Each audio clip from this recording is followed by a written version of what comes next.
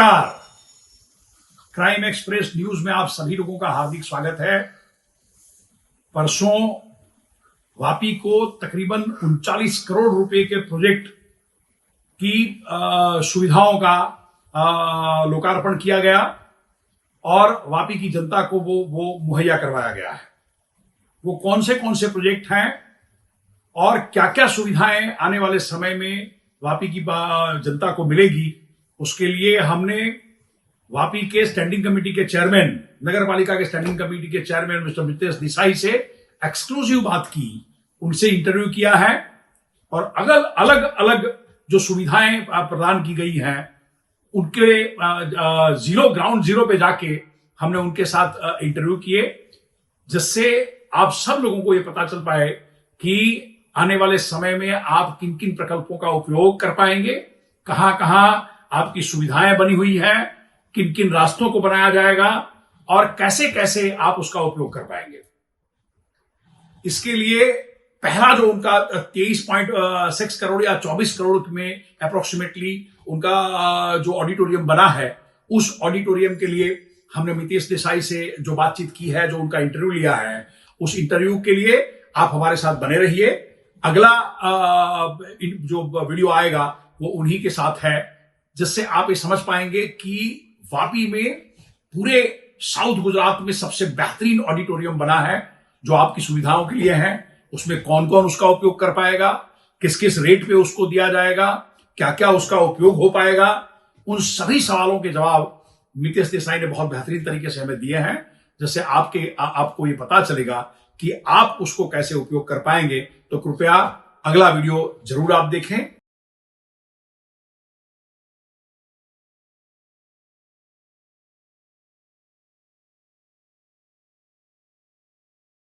और इसके साथ साथ हमारी आपसे विनंती है कि आप क्राइम एक्सप्रेस की चैनल को लाइक करके और साथ साथ में सब्सक्राइब भी करें, जिससे आने वाले समय में आपको ऐसे ही वीडियो, आपके जीवन को स्पर्श करते हुए सारे मुद्दों का वीडियो आपको मिलता रहे।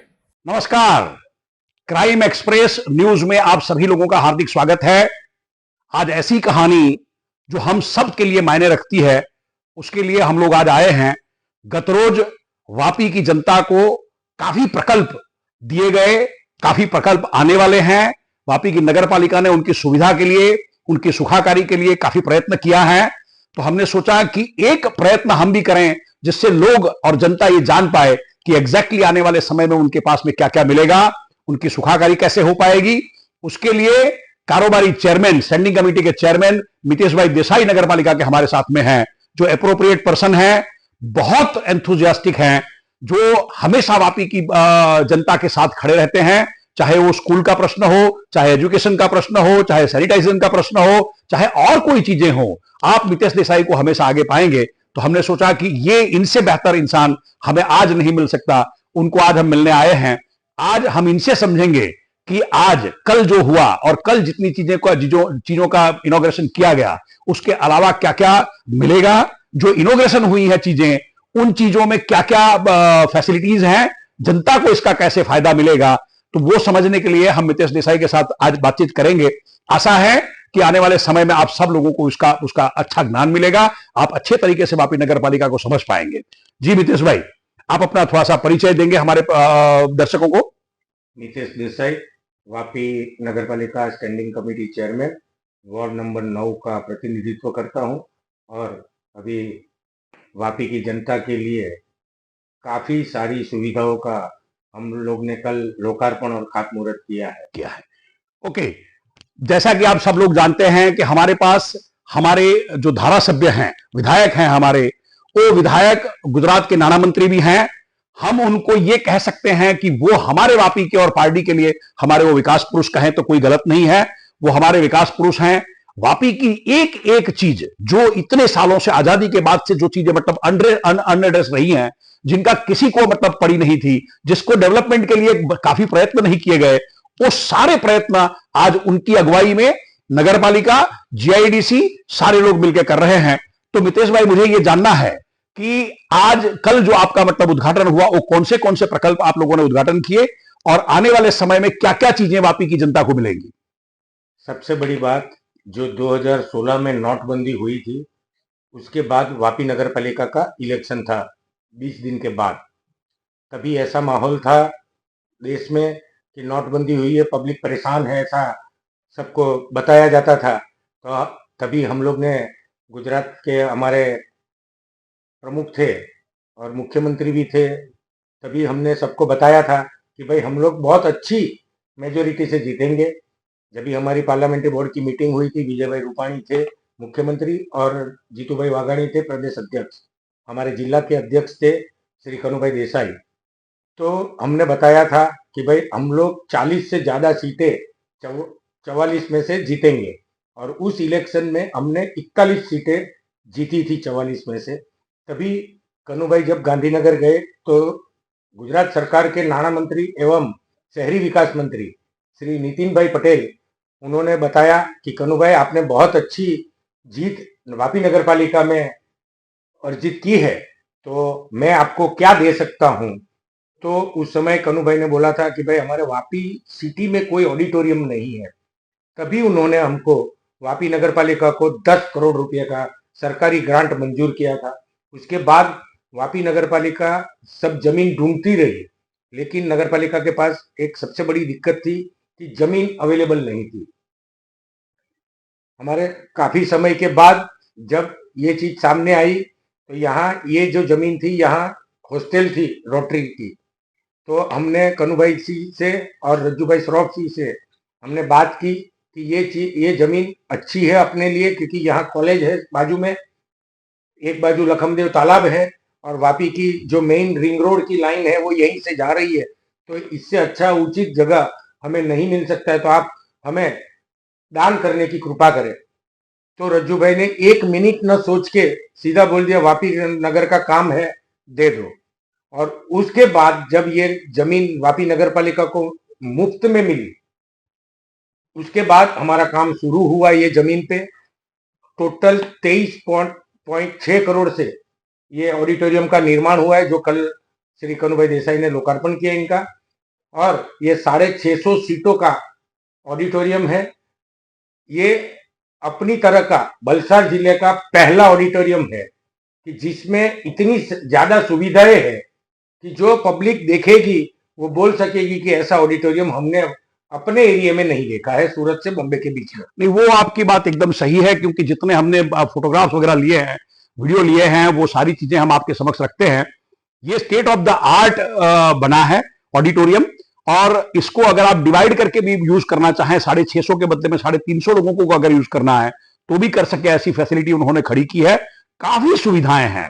पार्किंग की जो सबसे बड़ी हम लोगों को दिक्कत आती है, वो चाहे वीआईए में हम चले जाएं, चाहे और किसी ऑडिटोरियम में चले जाएं, सबसे बड़ा मतलब जो प्रश्न आता है हमेशा, वो होता है पार्किंग का। उस पार्किंग की पूरी सुविधा को इन्होंने, अगर यहां 500, 800, 1000 गाड़ी भी अगर आपको पार्क करनी है तो उसकी भी पूरी इन्होंने सुविधा रखी है। मितेश भाई, आपसे ये जानना चाहेंगे कि ये ऑडिटोरियम जो बना है स्टेट ऑफ द आर्ट, ये किसको किसको मुहैया हो सकता है, किसको किसको दिया जाएगा, एक आम जनता इससे कैसे फायदा ले पाएगी? सबसे बड़ी बात है, एनजीओ को ज्यादा जरूरत पड़ती है ऐसे कार्यक्रमों करने की, उनको हम देंगे।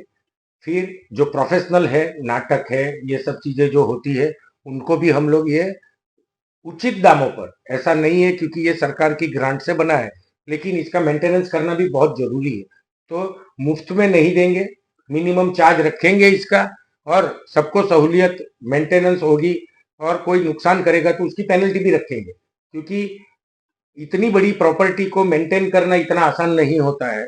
तो हम लोग कोई प्राइवेट एजेंसी को देंगे, लेकिन उचित यही है कि सफाई और सैनिटेशन का सब काम हमारी नगर पालिका की टीम ही देखेगी इसमें। Thank you. उसमें ऐसा है कि पर्टिकुलरली जो ऑडिटोरियम बना है वो इतना बेहतरीन बना है, लेकिन जैसा कि आप हम और आप सब लोग समझते हैं कि उसको नुकसान करने वाली मेंटालिटी भी काफी लोगों की रहती है। उसी के लिए मितेश भाई का जो कंसर्न है वो ये है कि उसको मेंटेन करने के लिए कुछ ऐसा मिनिमम चार्ज रखा जाए जिससे ऑडिटोरियम भी मेंटेन होता रहे, और उसकी जो लोग इसको लेते हैं और जो लोग इसको व्यापरते हैं उसकी जवाबदेही भी तय की जाए। मितेश भाई, कितना इसका चार्ज वगैरह रखा जाएगा? अभी तो हमने फाइनल नहीं किया है, लेकिन हमारी मोटा मोटी ये है कि 25-30 हजार रुपया 3 घंटे का रखेंगे, क्योंकि नाटक और ये सब चीजें 3 घंटे की होती है, तो 25-30 हजार रुपया हमारे लिए मेंटेनेंस के लिए सही फिगर होगी। और अभी अगले महीने से VIA का ऑडिटोरियम भी टूट रहा है, उधर भी नया एक ऑडिटोरियम बनेगा, तो 2 साल उनको बनने में लगेगा, तब तक हमारा ये ऑडिटोरियम पूरा पैक रहेगा। ग्रेट, बहुत अच्छी बात कही आपने कि VIA नया ऑडिटोरियम बनाने जा रहा है और ऑडिटोरियम तोड़ के और नया ऑडिटोरियम उनको बनाने में करीब करीब मतलब 2-2.5 साल 3 साल लग सकते हैं। उस दौरान वापी की जनता को कोई ऑडिटोरियम नहीं होने की वजह से काफी परेशानी होती। ये एक ऑडिटोरियम बन जाने की वजह से वो सुविधा हमें उपलब्ध हुई है।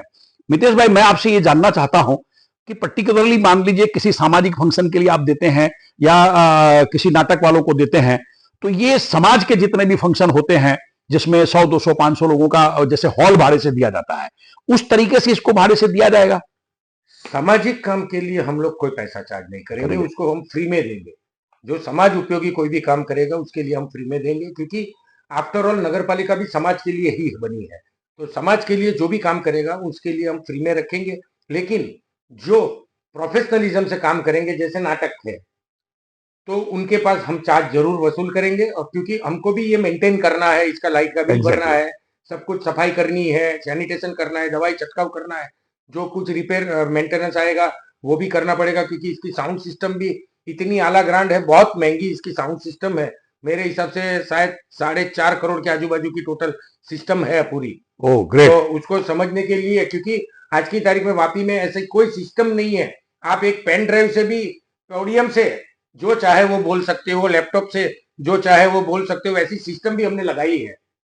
वो इलेक्ट्रॉनिक पोडियम आप लेके आए हैं, इलेक्ट्रॉनिक पोडियम बहुत बेहतरीन। मुझे ऐसा लगता है वलसाड डिस्ट्रिक्ट में पहली बार इलेक्ट्रॉनिक, जैसे ये हॉल ही वलसाड डिस्ट्रिक्ट में अपने आप में एक नायाब नजरिया है, वो नजराना है हमारे लिए।